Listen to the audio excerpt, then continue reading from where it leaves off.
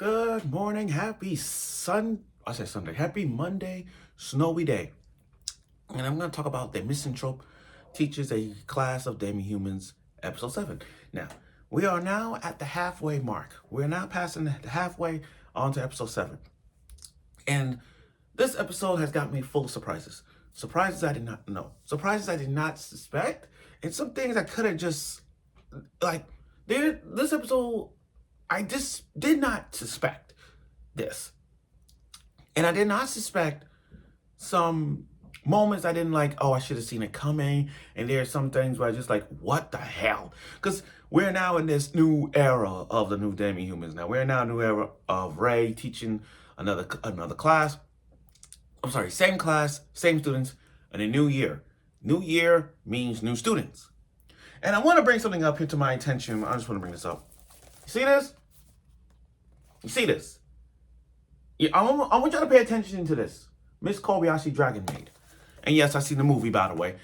Miss Kobayashi Dragon Maid. The only reason I'm bringing these two up is because we have now got a new student, and she's a freaking dragon. A dragon like the cast here. The dragon like the cast. So now we're going to get into this moment of like, oh my God, new adventures, new storyline, new arcs. Every girl gonna get an arc now. We are now in a new era of the Demi-Humans that Ray's teaching. And boy, we have got it. And like I said before, there's some things, the secrets reveal storyline, not surprises at this moment in time. We're going to get to it. So without further ado, let's get right to it, the review of the Misanthrope teaches a class for Demi-Humans. And guys, like I said, I recommend this show for those of you who love Monster Girls and likes the storyline behind it deeply. Okay, so now we're in this new era now, and it's sad to see Kyoka leave right now. You know, it's a new era. She graduating. She not becoming a human. And she's going to lose her memories when she leaves. But with the ring, she's going to remember all her memories with them. And it's it's very touching. It's a very touching moment to see. Very. It's like looking at your daughter growing up and getting married. You're the father. You're like, oh, congratulations, my son-in-law. I'm proud of you marrying my daughter. You know, it's one of those things you just like, it's very touching. It's like one of those things, you know, seeing you teach us a class, and you see them growing up, and they're moving on. It's very touching to see. So I'm very proud of Kyoka, and she's gonna fulfill her dream to become a dancer, which I will like to see later in the episodes if we have time to see that. Now, here's another thing. Here's one surprise moment. One, I did not expect to see the whole teachers, and I said that because I never seen all the teachers in this show. Like, I get it.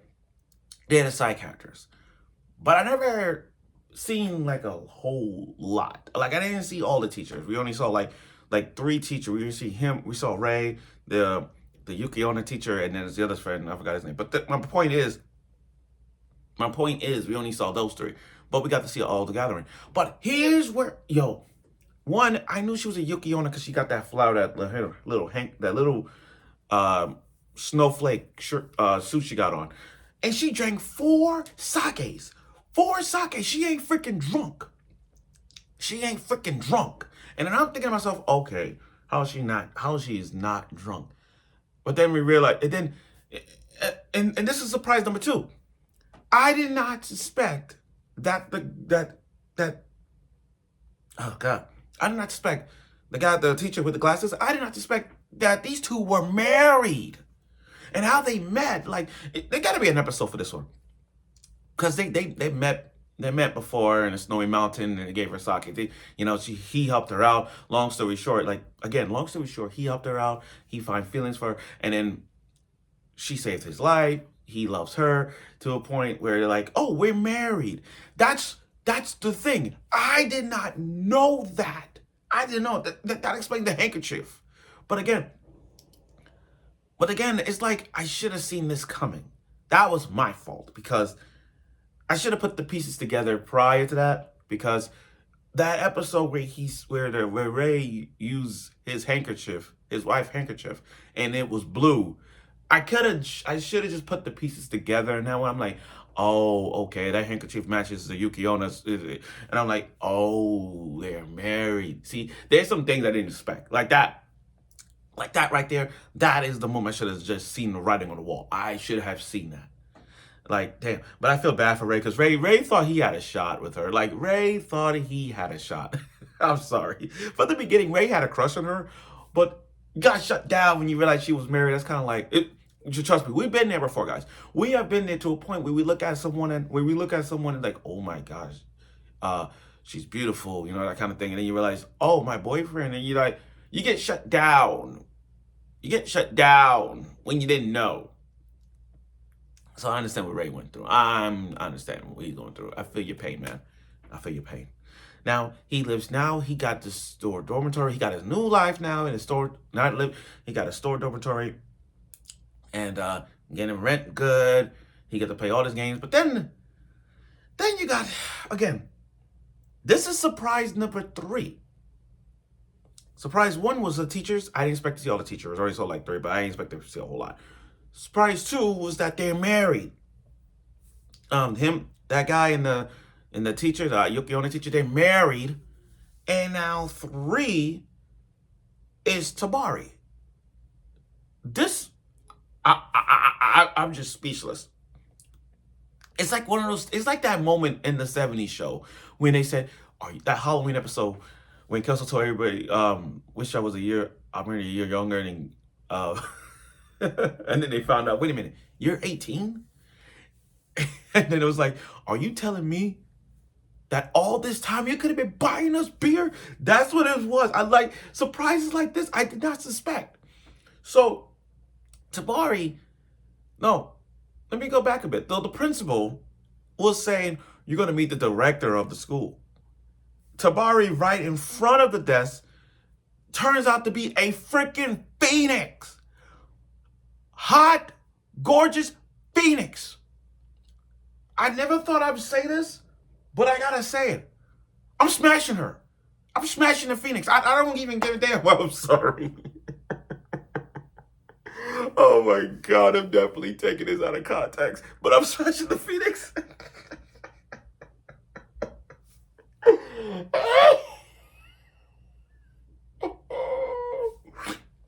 I'm sorry. When Tabari transformed her true self, that phoenix form, she looks freaking hot. I kid you not. I kid you not. Like, look, when I first saw Tabari, I'm like, okay, she's a bird. Okay, I won't even think about that. But the fact that she's a freaking phoenix in that true form, and I don't even, her real name is Shirayuri. Like, I'm just looking at the name. Shirayuri. I'm like, I don't know if I should call her that name or should call her Tabari, because again, that's her fake name. That's her fake name. She just uses it as just to look around the other students and looking at Ray, see how he did a good job, all that stuff. I get that. But that's a freaking phoenix. She's fucking hot. I can't. I really can't. And then the principal is a tengu, a crow tengu, like a shaman crow with, you know, tengus with the mask with the long nose, that kind of, he's a tengu. And now he's in that particular moment where he's got to keep it secret. Because they really find out who she is, he'll get fired and erase all his memories. The only people that knows him is just the nurse and the principal, and that's just it. But again, that's so surprised I did not suspect. Talk about a chock full of surprises, and this is one of them. I did not suspect that. Now, new school year, new students. We got 3 new students here. 3 new students. I'm going to start off with the mouse. The mouse. The mouse girl. You know, we watch Monster Girls. We don't really get a lot of mouse girls. We don't get a lot. But her name is Nezu. Nezu. I'm going to call her Nezu. She's a mouse. She wants to become human, so she wants to eat food. That's it. And that's how it is, because you know how mice and rats, they always eat food. And looking at her resume, I can't wait to get her backstory. We got to find out why she loved this food thing. But she's going to be like one of those I can see her in the future as a human becoming food critics. Just going to each place and and scale them on a scale of 1 to 10. Like every YouTuber, Instagram, TikTokers, they go into like favorite restaurants and like, hey, check out this famous restaurant called this and that, and get their best food, and they rate it on a scale of 1 to 10. That's how it is. But we're gonna learn more about that. Now, Kurosawa or Netsuko, not Nezuko, Nezuka, she's a cat. She's a cat. She's lazy as fuck. Like, the way how she presents herself, she reminds me of Manhattan Cafe from Uma Musume. If you look at Manhattan Cafe, and you look at this one, and you look at her, you'd be like, oh, they're still the same. Now, she's all laid back, lazy. She's like, I want to become a human because I don't want to tell you.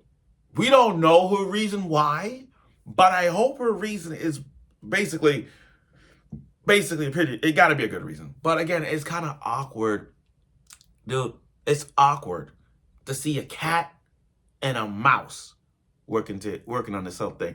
This reminds me of Cat Planet Cuties. One of the most, I should have brought my DVD out. One of the most underrated animes in the vault of underrated. You know how, remember, I'm going to say the title again. Cat Planet Cuties.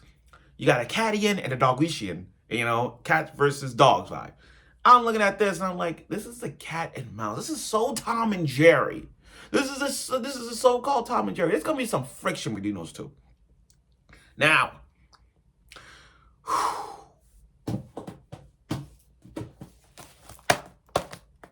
we're bringing this back up again because there's this dragon called Karin. She's a dragon. She's a freaking dragon. A dragon who immediately loved Ray. Like, really in love with Ray. Like, this is some rom-com that's going on. All she wants to do is become a human because she can find love. Okay, understandable. I get that. But this blonde, busty dragon loved Ray. And I'm saying to myself, dude, that's a freaking teacher.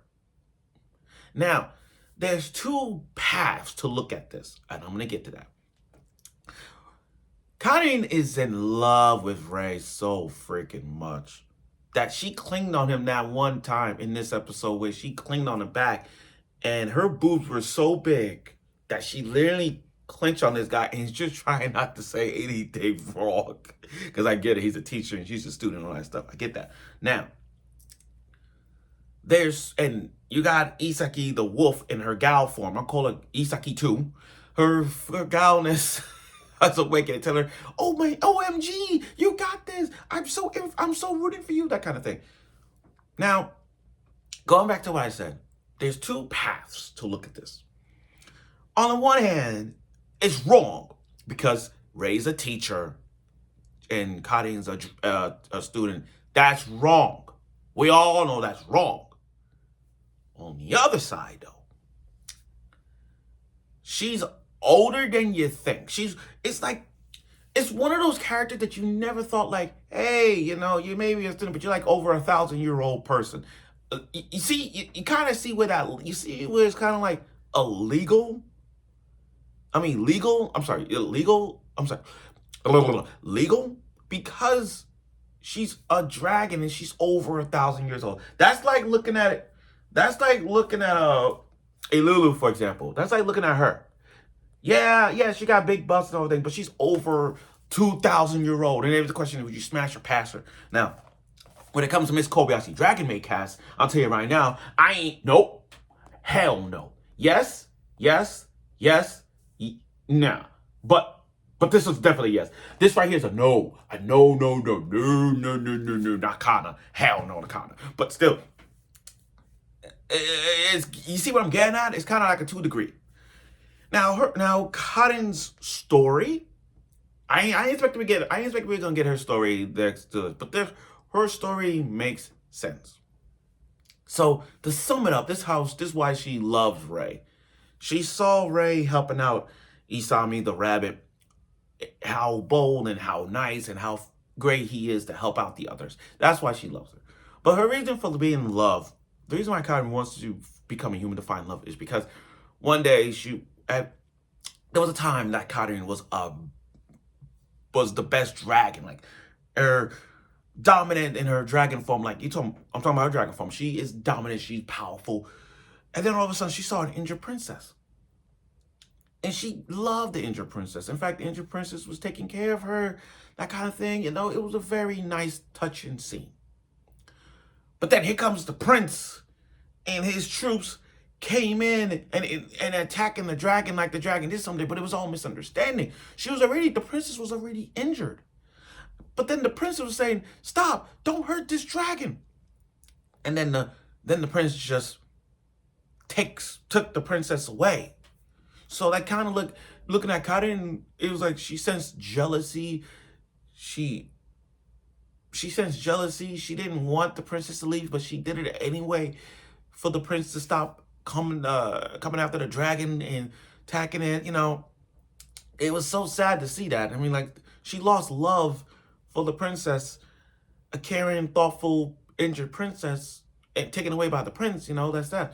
But now, I do like look, Ray, you did a good job. You rejected her. I don't blame you for a second. She deserved to cry. I get it. It was a very touching scene. And from Ray's standpoint, she's like, I love my students. Not in the way that you think. She's like, I love my students because I care for them. I care for each of my students because I want them to get better. I want them to become human and understand how life is without it. And yeah, Ray don't like humans. And look, I ain't surprised. Look, I won't even be surprised by that ending credit with the other teacher. That's one of the students. That's one of the students he was with, helped her out in the past. So again, I'm not even surprised by that. But again, I like how Ray rejected her and everything's back to normal and Karin accepted it. Now, in this new era with 3 new students, we're going to see more of the story. And again, I can't wait to see it. But overall, though, talk about an episode full of surprises. Talk about full of surprises. I may have to think deep in thought of like who's best monster girl in this right now. Because after what happened with that Phoenix, I'm gonna have to change my mind. I don't even know. I may have to think about my options. And as for Karin, if Karin was in the world of Miss Kobayashi Dragon Maid, I'll tell you right now, I don't know. I may have to move my rankings up to like who's best and worst dragon. I mean, looking at Karin, and if I look at her and put her in the world of Miss Kobayashi Dragon Maid, I will probably put Karin maybe 4th favorite dragon. 4th favorite dragon. I don't know. Maybe. But Karin developed. She went from like a stalker's type love interest for a teacher, which is weird, to now accepting love and want to become more human. So props for talk about character development. So thank you for watching my review of this show. I look forward for next week's episode of it, and I'm sure you will.